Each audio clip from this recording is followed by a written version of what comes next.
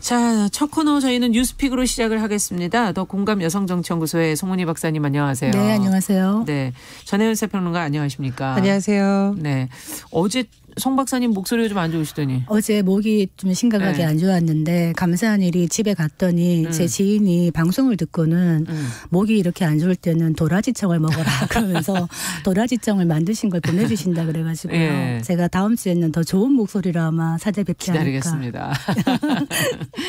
자, 오늘 첫 번째 뉴스는 지금 저희 앞서 제가 오프닝에서 말씀을 드렸던 그 관련된 내용이라고 할 수 있습니다. 정부가 어제 택배기사들의 과로를 막기 위한 대책을 발표를 했는데 과연 실효성이 있을지 어떤 대책인지 저희가 좀 들여다보고 고민해 보도록 하죠. 전 평론가님께서 좀 전해 주세요.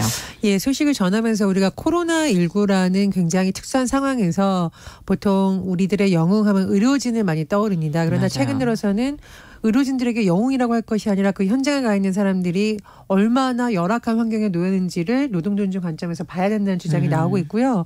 더불어서 코로나19 시대에 꼭 필요한 노동을 하고 있는 노동자들이 택배 노동자입니다. 맞습니다. 온라인 주문 굉장히 많이 활용하시잖아요. 네. 뭐 온라인 장보기부터 시작을 해서. 그런데 이런 택배 노동자들이 지금 장시간 과로로 인해 사망하거나 질환을 앓거나 또는 산재보험에서 사각지대에 있다는 지적이 많이 나왔습니다. 그래서 네. 정부에서 이번에 대책을 발표했는데요. 크게 세 가지 정도로 노동 관련된 내용이 요약할 수 있습니다. 예. 첫 번째로는 과로를 예방하기 위한 제도 개선안이라고 볼 수 있겠는데요. 네. 지금 보면 밤 늦게 택배 받는 경우 가끔 있으실 겁니다. 그럼요. 그런데 앞으로는 오후 10시 이후에 심야 배송을 제한하도록 권고하겠다라는 겁니다. 근데 이 10시에 대해서는 지금 노동계에서 갑론을박이 있습니다만 어쨌든 시간을 기준을 정해서 제한하겠다. 권고를 하는 거고 보통 이제 업무용 앱을 갖고 업을 많이 하는데 이것의 실효성을 높이기 위해서 10시 이후에 앱을 차단하는 것 등등의 방안이 여기에 포함이 됩니다. 더불어서 택배기사 토요 휴무제를 도입해서 네. 주 5일 작업을 확산하자 이런 것도 과로 예방 제도 개선 차원에서 지금 나온 것이고요. 네. 두 번째는 사회 안전망 확대입니다. 지금 법규상 택배기사가 산재보험 적용 대상인 14개 특수고용 직종에 속해 있습니다. 그런데 네. 본인이 신청하면 적용해서 제외되다 보니 왜 대리점주가 이렇게 알게 모르게 압력을 넣어서 신청서를 뭐 쓰게 하거나 심지어는 신청서를 대필하게 됐다. 그래서 택배기사가 사망한 이후에 이것이 문제가 됐다는 논란이 일어난 적이 보도해드린 있었습니다. 적이 있었죠. 그래서 앞으로 이 노동부에서 산재보험 적용 제외 신청을 한 택배기사 16,000명에 대한 전수조사를 거쳐서요. 만약에 법 위반이 적발된다면 적용 제외를 취소하겠다 등의 조치를 네. 한다고 합니다. 자, 더불어서 이 대리점의 이른바 갑질 논란이 있었는데 택배기사 배송 수수료가 지난해 기준으로 한 건당 800원 수준이라고 해요. 네. 그런데 뭐 이 부분은 뭐 택배비를 올린다든가 이런 여러 가지 복잡하게 맞물려 있는 또 다른 문제긴 합니다만 지금 갑질이라는 말은 뭐냐면은 이른바 백마진이라는 것이 현장에 존재하고 있는데 네. 대형 화주에서 이것을 주면서 리베이트 개념으로 배송 한 건당 얼마씩을 받는다는 거죠. 그렇다면 택배기사들이 실제로 받을 수 있는 실제로 취할 수 있는 수령액이 이익이 적어지는 거죠. 적습니다. 그러다 네. 보니까 과로를 할 수밖에 없다라는 거예요. 건수를 계속 늘리기 위해서. 이런 문제에 대해서 일단 정부가 뭐 국토부라던가 노동부를 중심으로 내용이 나오고 있는데 긍정적 평가는 나오고 있습니다만 보완해야 될 점이 아직 남았다라는 아쉬움을 나타내는 의견도 나오고 있습니다. 네. 자, 뭐 여러 가지 지금 내용을 정리를 해 주셨는데 현실에 적용할 때 이제 또 어떤 문제들이 생길 수 있을지 또 김현미 국토부 장관이 어제 업계 대표들에게 협조를 당부했던 생활물류법 이것도 아직은 제정이 안 된 거죠. 그러면 제정이 된 이후에 저희가 또 이 문제도 고민해 봐야 될 거고 어떻게 보시는지 두 분 얘기를 좀 들어보고 싶네요. 지금 정부가 여러 가지 측면에서 좀 더 진전된 여러 수단들을 내놓은 거는 뭐 긍정적이다 이렇게 네. 보는데 문제는 현실적으로 실효성이 있는가를 좀 살펴봐야 될 것 같습니다. 네. 이번에 아까 얘기했듯이 그 적용 제외 신청을 할 수 있는 이런 부분이 사실은 악용이 되어 왔다. 네. 그래서 이런 부분을 차라리 법적으로 산재보험 적용 제외를 못하도록 이렇게 법으로 막아놓는다면 일부 사업주들이 이걸 악용하는 게 좀 줄어들지 않겠나. 첫 번째는 그 생각이 들고 두 번째는 배송 수수료 아까 얘기하셨는데 2002년에 1,200원이었다가 지금 2020년에 800원이라는 거죠. 더 떨어진 거죠. 어떻게 보면. 근데 이 배송 수수료를 올리려고 하면 기본적으로 이제 택배 가격 자체가 올라가야 되는데 택배 가격이 낮을수록 기사님들은 많은 물량을 소화할 수밖에 없기 때문에 장시간 노동이 될 수밖에 없는 겁니다. 그래서 큰 택배 회사들이 사실은 가격을 올려줘야 되는 부분이 있는데 이게 현실적으로 어려운 것이 같이 가격을 올리면 담합행위에 해당될 수가 있기 때문에 이게 안 되는 겁니다. 이런 걸 어떻게 해결할 것인가 좀 살펴봐야 되지 않겠나 생각이 들고 지금 이제 정부에서는 보통 권유 내지는 권고 유도 이런 얘기를 하고 있는데 이거는 적실성이 좀 약할 수가 있죠. 실제로 사업자가 이거를 강제할 수 있는 방법이 없고 민간 기업의 어떤 이런 거를 정부가 다 강제할 수가 없거든요. 그래서 가장 핵심은 과로로 인해서 많은 노동자가 죽어나가는 걸 막기 위해서 한 회사에서 많은 노동자가 죽는다. 그러면 그 회사 자체에다가 어떤 뭔가를 강제할 수 있는 우리가 왜 중대재해기업처벌법 얘기했습니다만 과로사로 죽는 것도 중대재해입니다. 이런 부분을 좀 보완해야 되지 않겠나 생각이 듭니다. 지금 생활물류법 조금 설명을 드리면 민주당 박홍근 의원이 대표 발의를 했습니다. 그래서 논의 중인 건데 이 내용 안에 노동자들에 대한 뭐 처우 개선, 고용 안전, 휴식을 보장하는 내용 등등이 들어가 있는데 아직까지 이제 발의가 된 상태에서 논의 중이니까요. 아마 이것은 진전 상황을 좀 봐야 되는 건데 이게 지금 택배라는 것 자체가 정부에서 하는 게 아니라 민간 기업에서 하고 있는 것이기 때문에 사실은 정부의 안과 노동계의 입장과 사회의 입장이 잘 절충안이 나와야 됩니다. 왜냐하면 이제 회사 측 일부에서 나오는 의견은 수수료 올려주는 거 할 수 있다. 그럼 택배비를 인상하면 된다. 근데 이거는 소비자들이 감당해야 된다라는 또 말이 나오고 있어요. 그러니까 이런 협의가 굉장히 중요한 것은 뭐냐면 각계의 의견을 수렴하고 나아가서 노사 정에서 이런 안을 마련했는데 국민들도 이제는 좀 이해를 해줘야 된다라는 동의를 얻는 어떤 협의체가 계속 나와야 되거든요. 그래서 그런 논의체가 이제 만들어져서 대화에 들어간다고 하는데 그런 부분에서 좀 진행이 됐으면 좋겠고요. 두 번째로 저는 예전에 우리나라 배달 음식 빨리 배달해서 막 고등학생들이 심지어 아르바이트로 투입됐다가 사고 나고 큰 장애를 입었지만 또 보험 문제가 안 되고 이런 문제가 발생한 이유가 뭐냐면 이건 뭐 100% 소비자들의 탓이라고 할 수는 없지만 우리가 빠른 걸 너무 좋아하는 문화도 사실 일부분 책임이 있습니다. 그러니까 이거는 정부에서 규제만으로 해결될 수 없는 문제예요. 소비자의 인식의 문제, 뭐 소비자들의 의식의 문제 이런 것들이 있는 거죠. 최근에 뭐 국민권익이나 이런 데서 국민들의 의식조사나 이런 걸 하는 거 보면 과거에 비해서는 많이 좀 그래도 국민들이 택배가 좀 늦어지더라도 노동자들의 안전이 중요하다라는 의견들이 조금씩 개진되고 있다고 하는데 저는 그런 인식조사라든가 여론을 환기시키는 것을 통해서 기업들이 변화도록 자꾸 요구해 주는 것도 소비자들의 몫이다. 이렇게 생각을 하는 것도 좀 말씀을 드립니다. 그리고 제가 어제 어떤 포스터를 봤는데요. 오토바이 운전하시는 분의 이렇게 모습이 있고 이렇게 써져 있습니다. 빨리 배달해 주세요라고 하지 마시고 안전하게 배달해 주세요라고 하면 어떨까요라는 것이거든요. 그래서 저도 이번 기회에 저도 사실 택배 하면 언제나 목이 빠지게 기다리거든요. 정말 갖고 싶었던 물건이나 생활에 꼭 필요한 물건. 근데 이번 계기를 통해서 뭐 정부와 뭐 노사의 관계도 중요합니다만 많은 택배를 이용하고 있는 소비자들도 택배 노동자들의 입장에서 한번 생각해 본다면 어떨까? 안전하게 배달해달라. 그렇습니다. 생각이 들었습니다. 진짜 좋은 의견이 이신 게 총알 배송 없어져야 되죠. 조금 늦게 맞는다고 해서 아주 시급을 급하게 다루는 게 아니라면은 괜찮은데 너무 이렇게 익숙해져 있다. 택배 기사님들 조금 늦으면 또 항의하는 소비자들이 있다 보니 이런 부분들에서는 소비자의 인식부터 전환이 돼야 되지 않겠나 이런 생각이 듭니다. 자, 두 번째 뉴스로 좀 가보겠습니다. 초등학생을 납치해서 잔인하게 성폭행한 범죄자, 여러분들도 다 아시는 조두순이 조만간에 이제 출소를 한다 그래서 저희가 몇 번 관련 보도 내용을 전해드린 적이 있었는데요. 이제 원래 살던 지역으로 돌아가겠다 이게 알려지면서 지금 피해자 가족들이 그동안 계속 고통을 호소해 오지 않았습니까? 그 지자체에서도 그 문제를 풀 방법을 같이 고민을 했었던 거로 기억을 하는데 결국은 피해자 가족이 이사를 가게 됐다는 그런 내용이 나왔어요. 송 박사님께서 좀 정리해 주시죠. 예, 조두순 사건 저희도 다루었습니다. 2008년 12월에 단원구의 한 교회 앞에서 초등학생을 납치해서 아주 잔혹하게 성폭행해서 중상을 입혔죠. 징역 12년밖에 안 받았습니다. 네. 12월 13일 날 취소를 하는데 이 사람이 자기가 살던 안산으로 간다는 겁니다.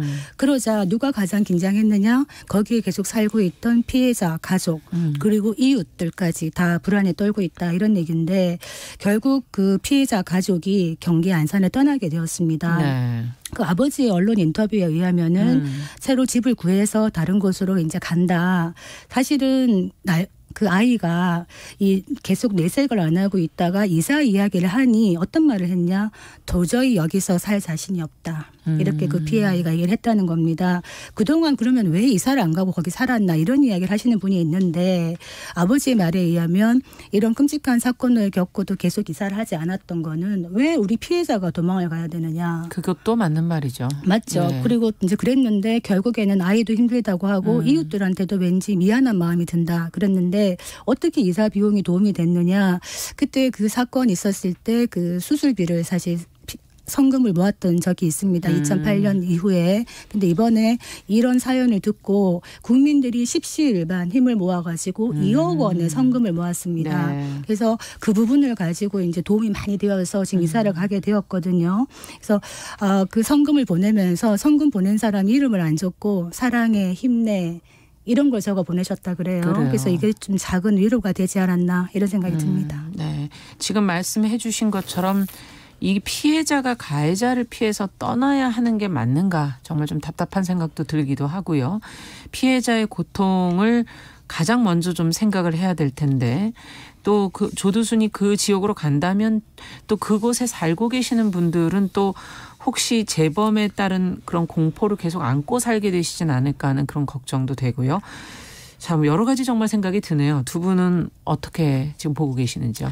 지금 법무부 여성가족부 경찰청이 지난 10월 말쯤에 이른바 조두순 재범 방지 및 관리 방안을 마련했습니다. 그래서 네.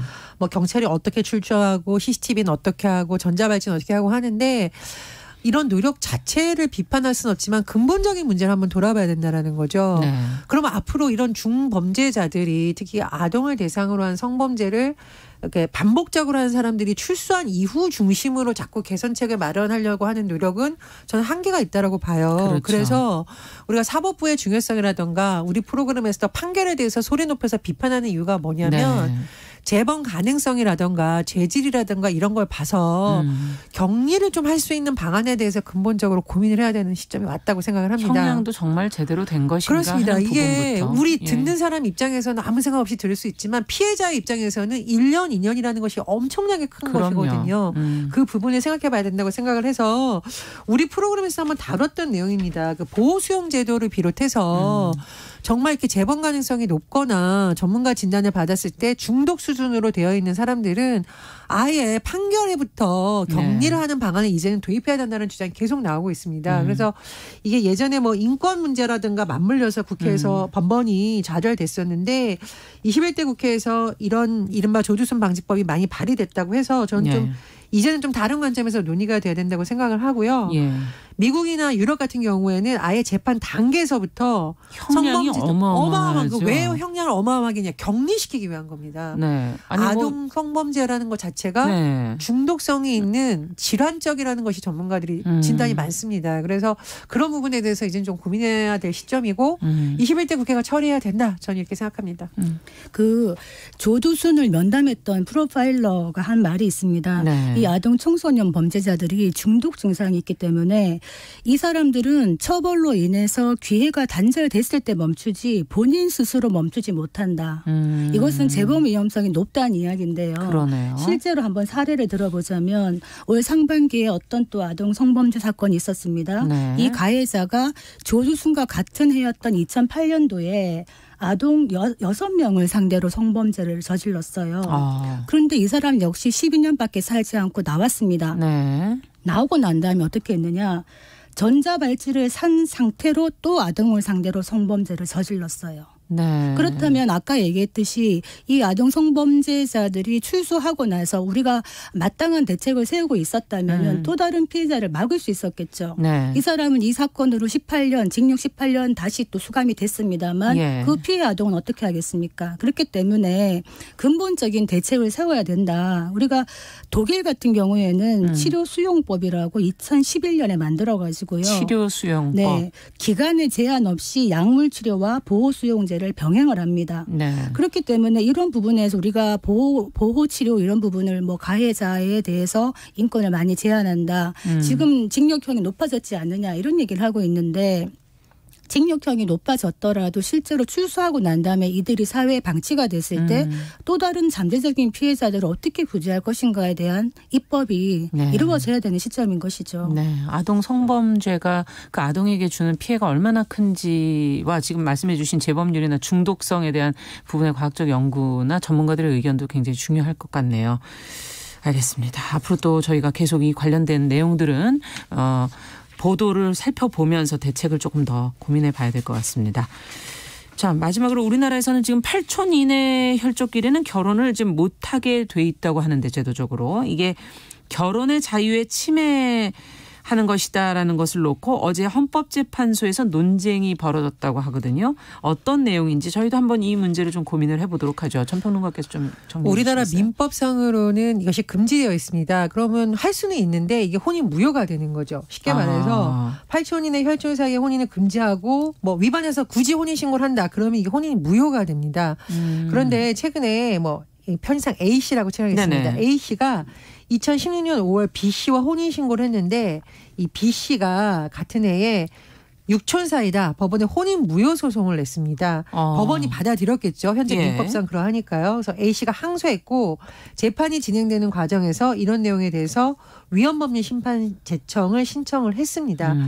근데 이것이 이제 본인이 왜 제가 말씀드렸듯이 항소를 했다고 했잖아요. 네. 항소와 신청은 이미 기각된 상태이고 그러나 2018년 법률 조항에 대한 위헌에 대한 소원을 한 것은 지금 말씀해 주셨듯이 어제 공개 변론이 진행된 상황입니다. 예. 일단 법무부 같은 경우에는 반대 의견을 냈어요. 반대 의견이라고 말씀드린 건 뭐냐면 현 체제를 유지해야 된다는 거죠. 네. 그러니까 혈족을 중심으로 한 공동체식이 우리 사회의 기초를 이루고 있다.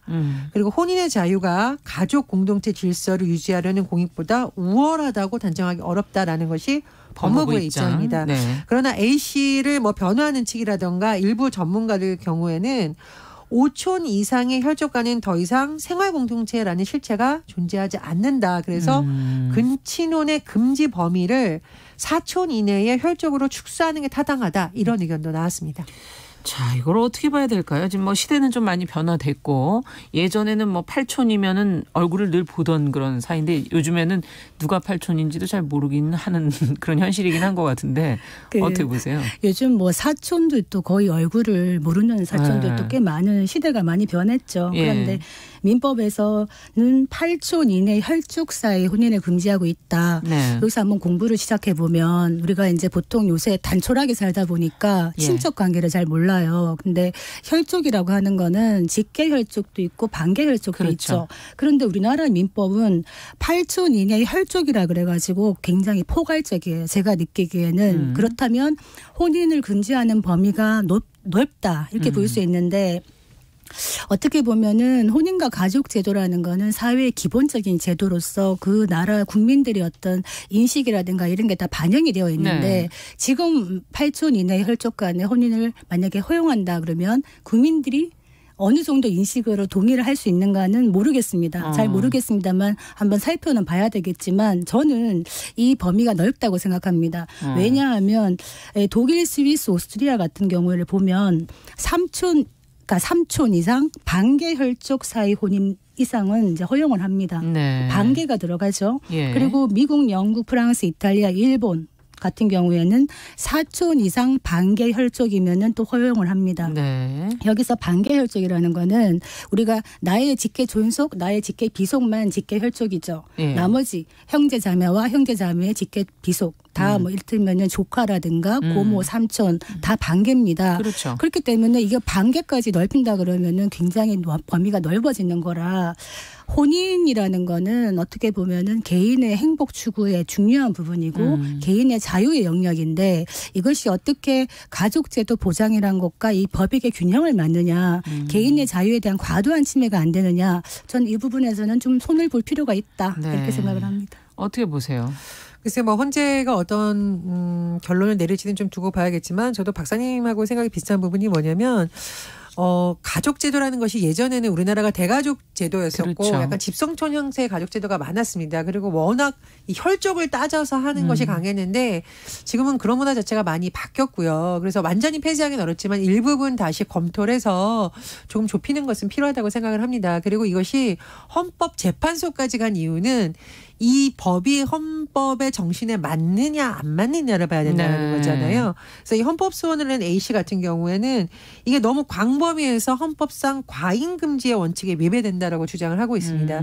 이게 뭐 전문가들 사이에서 의견이 팽팽한데 제 개인적인 생각으로는 어쨌든 시대 흐름에 맞게 논쟁을 한번 해볼 필요가 있다 이런 생각이 듭니다. 이게 이제 민법에서 그때 금지했던 것 중에 또 원인이 하나가 네. 너무 근친들끼리 결혼을 하면은 유전적 관점에서 문제가 있을 수 있다라는 네. 게 있었기 때문에 그랬는데 지금 와서 살펴보니까 어떤가요? 한 6촌 이상 8촌 정도에서 이렇게 혼인을 통해서 낳은 아이는 유전 질환이 나타날 가능성이 매우 적다. 이렇게 나오고 있는 것이기 때문에 이 부분에 대해서 유전적으로 문제가 있을 수 있어라는 것도 다시 한번 제대로 살펴봐야 될 필요가 있지 않겠나 싶습니다. 네, 알겠습니다.